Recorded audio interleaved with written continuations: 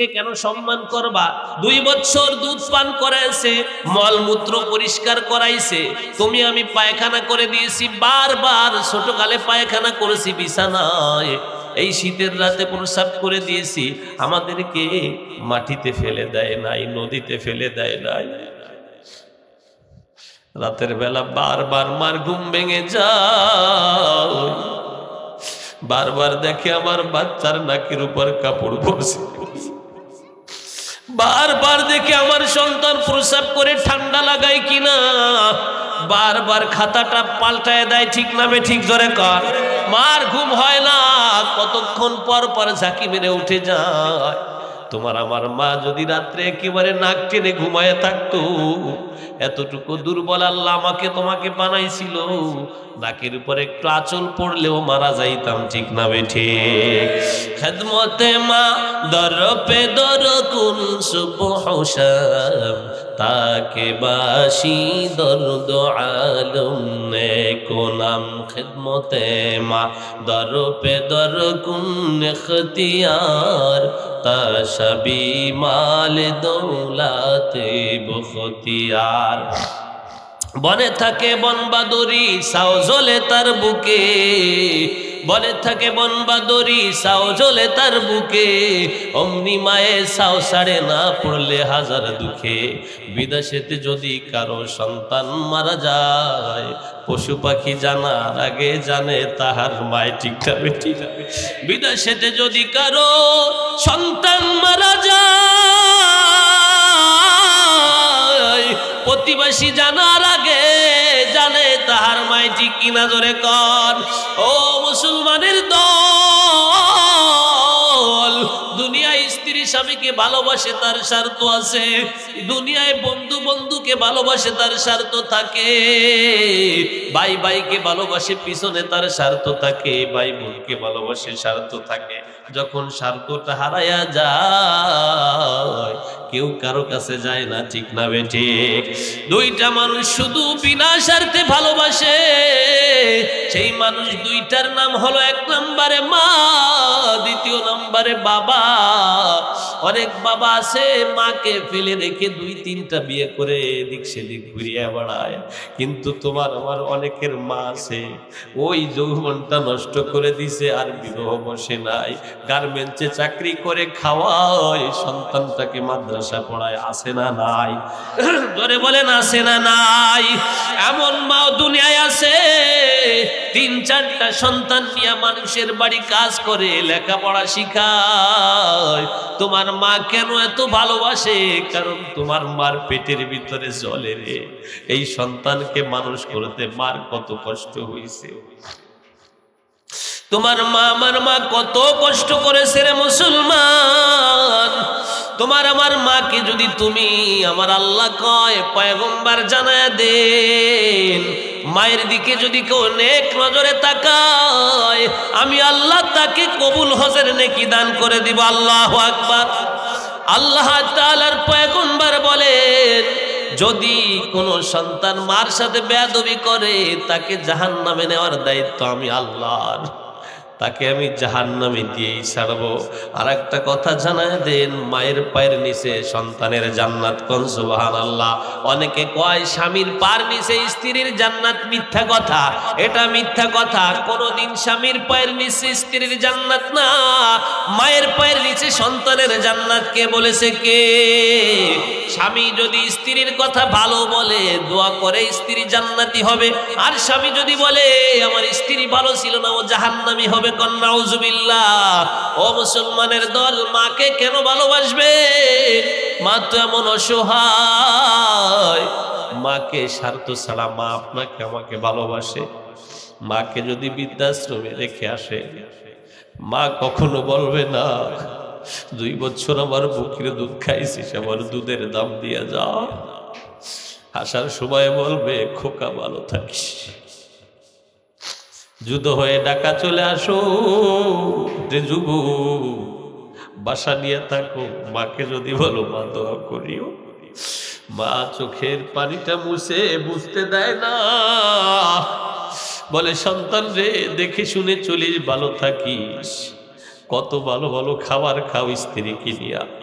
সন্তানকে নিয়ে তোমার কি মনে হয় না তুমি বাবা হতে চলছো? তুমি বাবা হয়েছো, তুমি একদিন বুড়ো হবা, তোমার সন্তান একদিন তোমাকে এর প্রতিদান দিবে, ঠিক না ঠিক? 3 কারণে মার সম্মান। কয় কারণে? জোরে কর, আরো জোরে বলেন কয় কারণে? কেন কেন কোন কারণে? একটু ভাবেন, চোখটা বন্ধ করে। যাদের সন্তান হয়েছে, মাকে কেন মা স্বার্থ ছাড়া ভালোবাসে? এজন্য তো কবি বলেন দুনিয়ার বুকে 1 2 মানুষই আছে যে মা বাবা স্বার্থ ছাড়া ভালোবাসে, আর কেউ ভালোবাসে না, ঠিক না ঠিক? আর স্বার্থ ছাড়া বন্ধু বান্ধব কাছে আসে না, ঠিক না ঠিক? আরে স্বার্থ ছাড়া দুনিয়ার কেউ ভালোবাসে না, স্বার্থ ছাড়া ভালোবাসে শুধুই আমার মা, ঠিক কিনা? স্বার্থ ছাড়া ভালোবাসে শুধুই আমার মা। মাঝে মাঝে রিক্সায় যাই, দেখি ছোট সন্তান নিয়ে মায়েরা খয়রাত করে, ভিক্ষা করে। জিজ্ঞাসা করলে কে বলে আমার সন্তান। সন্তানকে নিয়ে ভিক্ষা করে, আসে না নাই? আরো জোরে বলেন আসে না নাই? বলে স্বার্থ ছাড়া বন্ধু বান্ধব ভালোবাসে না। ও ঢাকার মুসলমানের দল, মা ভালোবাসে জন্য কবি বলেন আল্লাহ পাকের আদেশ করো ইবাদত তাহার, এবং পিতা মাতার সঙ্গে করো ভালো ব্যবহার। যদি তাদের উভয় কিংবা কেউ জীবিত থাকে, কষ্ট পাওয়ার কোনো কথা বলো না বাপ মাকে, ধমক দিয়ে তাদের সাথে বলো না কেউ কথা, তোমার কথায় অন্তরে কেউ পায় না যেন ব্যথা। তাদের সাথে কথা বলবে অতি নম্র ভাবে, পিতা মাতার সামনে মাথা নিচু করে যাবে। যদি কারো পিতা মাতা মৃত্যুবরণ করে, তাদের জন্য দোয়া করো আল্লাহ পাকের দ্বারে, বলো তাদের রহম করো ওহে দয়াময়, যেমন দয়া করছে তারা শৈশবে আমায়। খেদমতে মা দর পে দর কুন সুবহ শাম, তাকে বাসি দর্দ আলম নে কোনাম। খেদমতে মা দর পে দর কুন ইখতিয়ার, তাশবি মালে দৌলাতে বখতিয়ার। বলেন আল্লাহু আকবার। তুমি যাকে বলবো ওকে আমি চিনি, তাকে আমি মাফ করে দিব, বলেন আল্লাহু আকবার। ওয়াইস করনি যার দিকে বলে মার বদলা কি?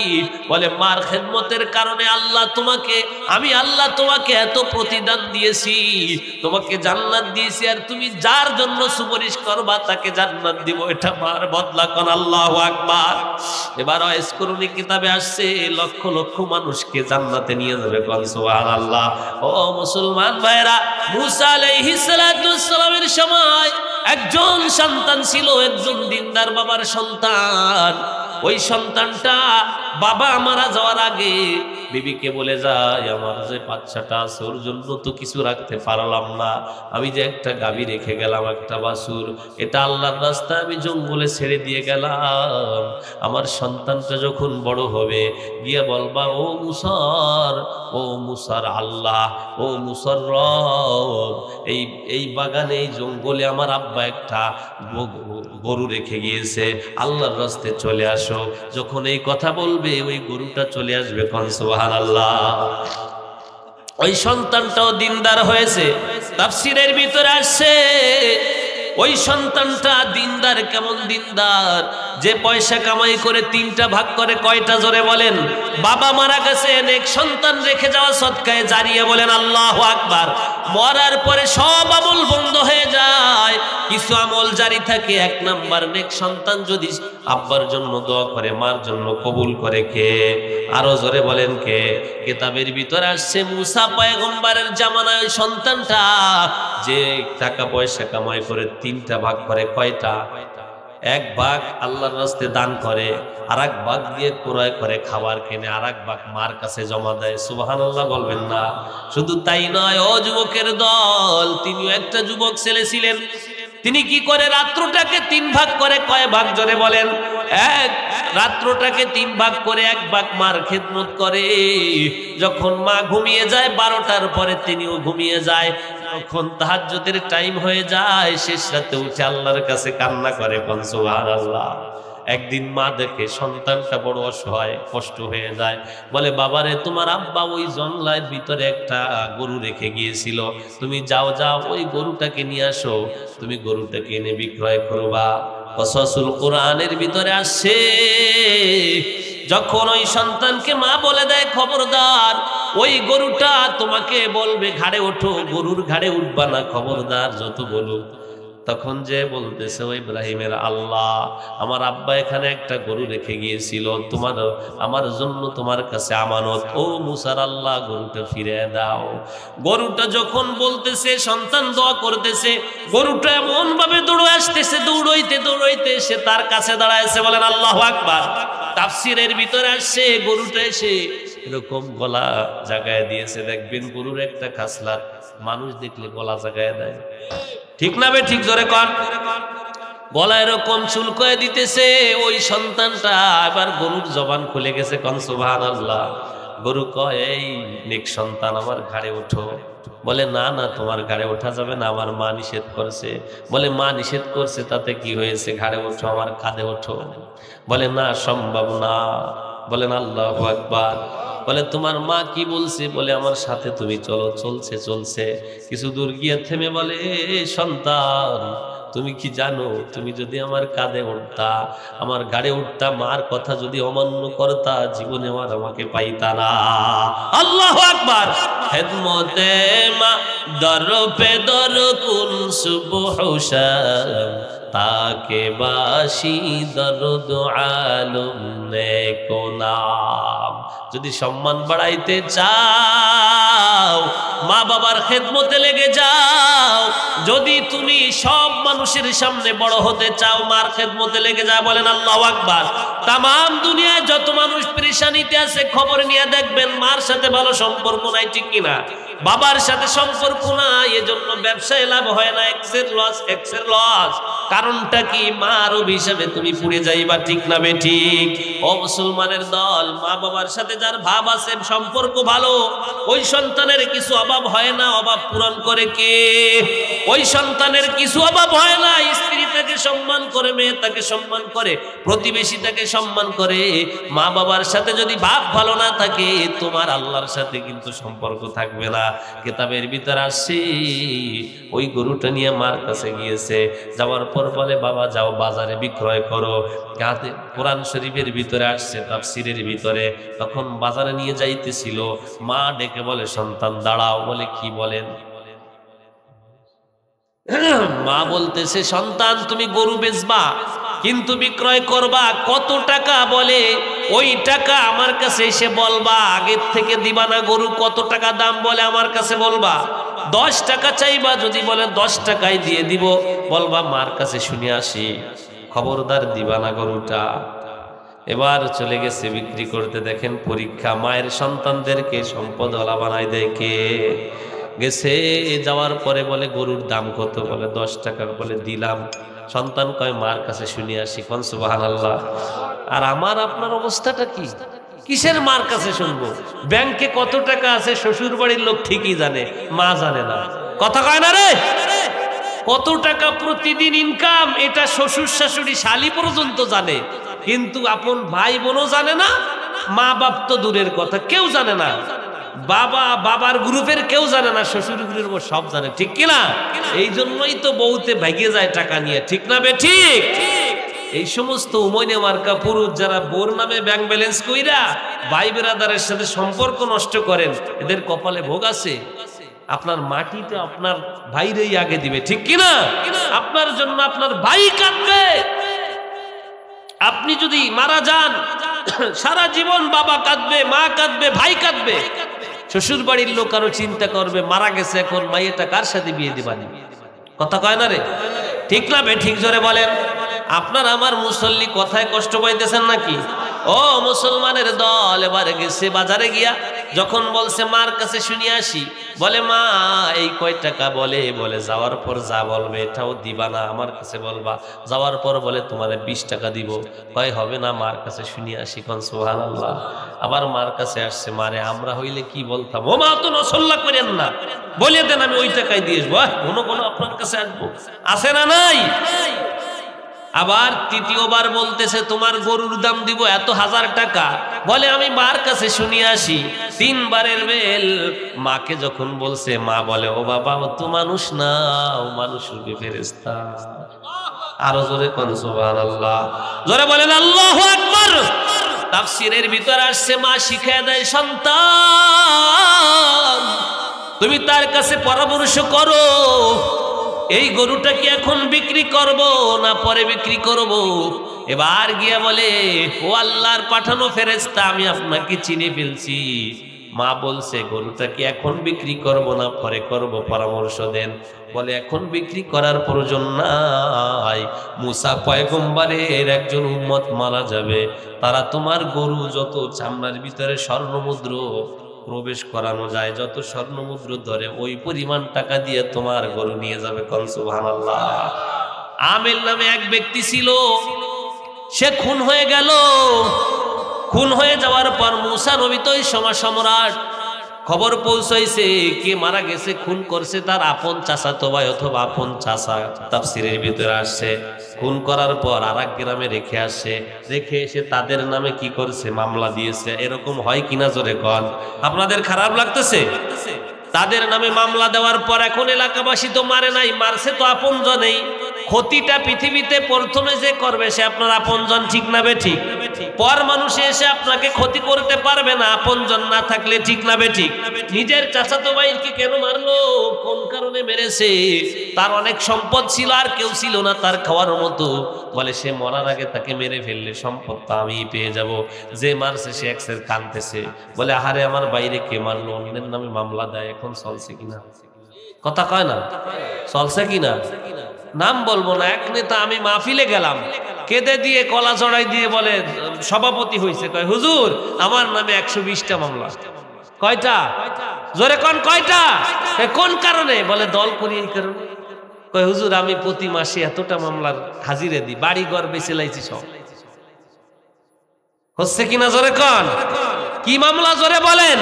তুমি আজ একজনকে মিথ্যা মামলা দিয়ে ফাঁসাইবা, আল্লাহর কসম দিয়ে বলি তুমি শান্তি পাইবা না, ঠিক না বেঠিক? এবার ওই ব্যক্তি আমেলের চাচাতো ভাই মেরে ফেলছে, তাকে মারার পরে কিভাবে এটা কি করবে? এবার মুসা নবী বলে আল্লাহরে কিভাবে কি করব? বলে একটা গরু জবাই করতে বলো। ওই গরু জবাই করার পর ওই হাড্ডি দিয়া ওই লাশটার কাছে নিয়া লাশটার মাথায় সবা, সঙ্গে সঙ্গে সে জিন্দা হয়ে বলে দিবে তাকে কে মারছে। কোন সুবহানাল্লাহ। এ কথা বলার পরে সমস্যা কোনো, হ্যাঁ হাঁটাহাঁটি করে ভাই চলে যাচ্ছেন। আমার মুসলমান ভাইয়েরা, তাফসীরের ভিতর আসছে যখন মুসা নবীর কাছে তার উম্মত, দুনিয়ার বুতেরও যত উম্মত এসেছিল সব থেকে তেড়া, সব থেকে রাগী, সব থেকে ঘাউড়ো, আপনারা কি বলেন, ঘাউড়ো বলেন না? এইগুলো ছিল মুসা নবীর উম্মত। বলছে তোমরা কি করবা, একটা গরু ক্রয় করে জবাই করো। এখন কিছু দূর যাওয়ার পর কয় হুজুর গরুটা কি কিরম হবে, বুড়ো হবে না জোয়ান হবে? গরুর বয়স কেমন? গরুর বয়স যা হয় সমস্যা নাই। এখন কয় কি কালো হবে না সাদা হবে? না একটু কাজ আছে পরে। এরপরে বলতেছে, বলতে বলতে আল্লাহর খেলা তো বোঝার কায়দা নাই, আছে নাকি? আল্লাহ তো ওই গরুটা আনাবে ওকে দিয়ে, এটা তো আল্লাহর ইশারা। বলতে বলতে আল্লাহর নবী মুসা বলতেছে যে গরুটা এমন হবে একেবারেও বুড়ো হবে না যাতে বাচ্চা দিতে পারে না, আর এত ছোট হবে না যাতে বাচ্চা দেওয়ার সময় হয় নাই, আকর্ষণীয় চেহারা লাগবে। বলেন আল্লাহু আকবার। সারা দেশে খুঁজতেছে পায় না, খুঁজতে খুঁজতে শুনছে অমুক জায়গায় একটা গরু আছে। কি গরু? বলে দেখা আকর্ষণীয় চেহারা, সূর্য সকালবেলা উঠলে যেমন ঝিলঝিল ঝিল করে ওরকম আকর্ষণীয় চেহারা। যখন খবর পাইছে গেছে, কত টাকা গরু? বলে এই গরু জবাই করার পর চামড়ার ভিতরে যত স্বর্ণমুদ্র ধরে ওই পরিমাণ দিলে আমি গরুটা দিতে পারি। সুবহানাল্লাহ কবেন না? আরো জোরে কোন আল্লাহু আকবার। এরপরে ওনারা রাজি হয়ে গরু জবাই করে চামড়ার ভিতরে যত টাকা পয়সা ধরে ওই পরিমাণ দিয়ে আনছে। ধনী বানানোর মালিক কে? আরো জোরে বলেন কে? وَأَنفِقُوا مِمَّا رزقناكم من قبل أن يأتي أحدكم الموت فيقول رب لولا أخرتني إلى أجل قريب فأصدق وأكن من الصالحين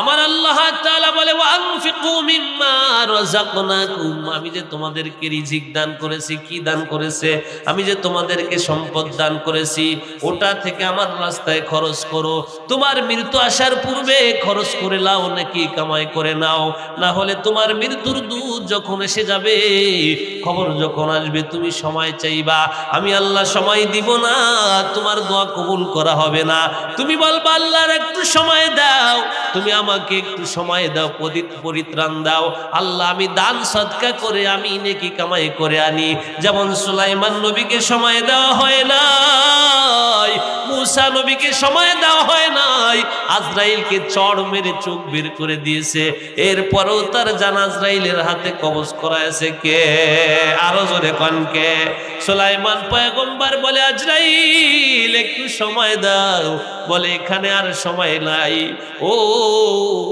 সুলাইমান পয়গম্বর আল্লাহর হুকুম হয়েছে বলে একটু বসার সময় দাও বলে সময় নাই দাঁড়ানো অবস্থায় ও মুসলমান ভাইরা আপনাদের এখানে একটা মাদ্রাসা আছে না নাই এখানে একটা শুনে যান তো এখানে একটা মাদ্রাসা মসজিদ আছে যে মসজিদের নাম হলো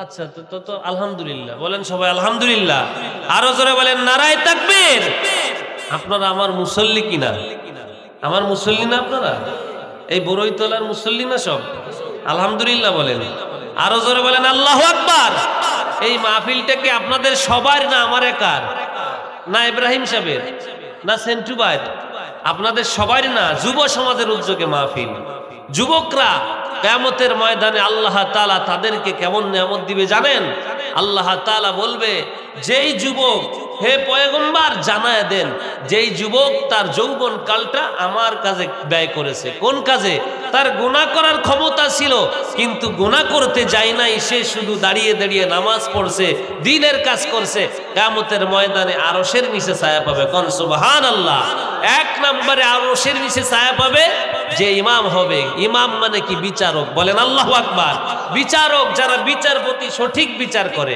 আপনাদের ভিতরে এমন মাতবার আছে নাকি যে আকাম করছে একজনে নালিশ দিয়েছে তার কাছে ৫,০০০ টাকা ১০,০০০ টাকা ২০ আর ঢাকা শহর তো ১০-২০ হাজারে হয় না ২-৪ লাখ টাকা ঘুষ খাইয়া সে আকাম যে করছে ওরে ছেড়ে দিয়েছে আর যে জুলুমকারী যে দুর্বল তার উপরে চাপায় দিয়েছে আছে নাকি জোরে কোন আছে নাকি আপনার জন্য জান্নাত হারাম কি জোরে কোন আল্লাহর জান্নাতে যাওয়া যাবে না আপনি ৫ লাখ টাকায় বিক্রি করে দিয়েছেন যে মাজলুম তার উপর জুলুম করেছেন আপনি কারণ হলো আল্লাহ আপনার প্রতিদান দিয়েছে অনেক আকাশচুম্বী প্রতিদান বলে এক নম্বরে আরশের নিচে ছায়া পাবে আরশের সামিয়ানার নিচে ছায়া পাবে কে যে ব্যক্তি দুনিয়ায় ভালো সালিশ বিচার করবে ন্যায় বিচারক হবে সে বলেন সুবহানাল্লাহ দ্বিতীয় নাম্বার ওই ব্যক্তি আরশের নিচে ছায়া পাবে যার অন্তরটা মসজিদে লটকানো থাকে বলেন আল্লাহু আকবার মসজিদের থেকে বের হয়ে যাওয়ার পরও অন্তরটা ওখানে থাকে কখন আবার জোহরের আযান দেয় বলেন আল্লাহু আকবার ৩ নম্বরে ওই ব্যক্তি জান্নাতে যাবে ওই ব্যক্তি আরশের নিচে ছায়া পাবে ওই যুবক কোন যুবক যেই যুবকের গুনাহ করার সুযোগ ছিল কিন্তু সে আল্লাহর কাজে আল্লাহর পথে ব্যয় করেছে সময় কোন পথে মাঝে মাঝে তাবলীগে গিয়েছে মাঝে মাঝে মসজিদে গিয়েছে মাঝে মাঝে দান সদকা করছে মাহফিলে শরীক রয়েছে বলেন আল্লাহু আকবার তার মাধ্যমে মাহফিল পরিচালনা হয়েছে ৪ নম্বরে ওই যুবক কোন যুবক বলে যেই যুবককে সুন্দরী রমণীরা ডাকছে আয় আয় জেনা করি কেউ দেখবে না যুবক বলছে না না কেউ না দেখলো আমার আল্লাহ দেখে বলেন আল্লাহু আকবার সে ওখানে ডাকে সাড়া দেয় নাই বলেন আল্লাহু আকবার এরকম ভাবে যেই ব্যক্তি গোপনে কান্না করেছে ৫ নম্বরে আল্লাহর কাছে কাঁদছে ও আরশের নিচে ছায়া পাবে বলেন আল্লাহু আকবার এরকম ভাবে যেই ব্যক্তি গোপনে দান করছে সে আরশের নিচে ছায়া পাবে আমি বলি নাই আমার নবী বলছে বলেন আল্লাহু আকবার তাই গোপনে যারা দান করেন, এত বড় মসজিদ হয়েছে আপনাদের দানে, ঠিক না বে ঠিক? এখন কার কার মা বাবা আছে একটু হাত জায়গায় দেখাই, হাত নামান। মা বাবা দুইজন আর কেউ নাই, অথবা একজন।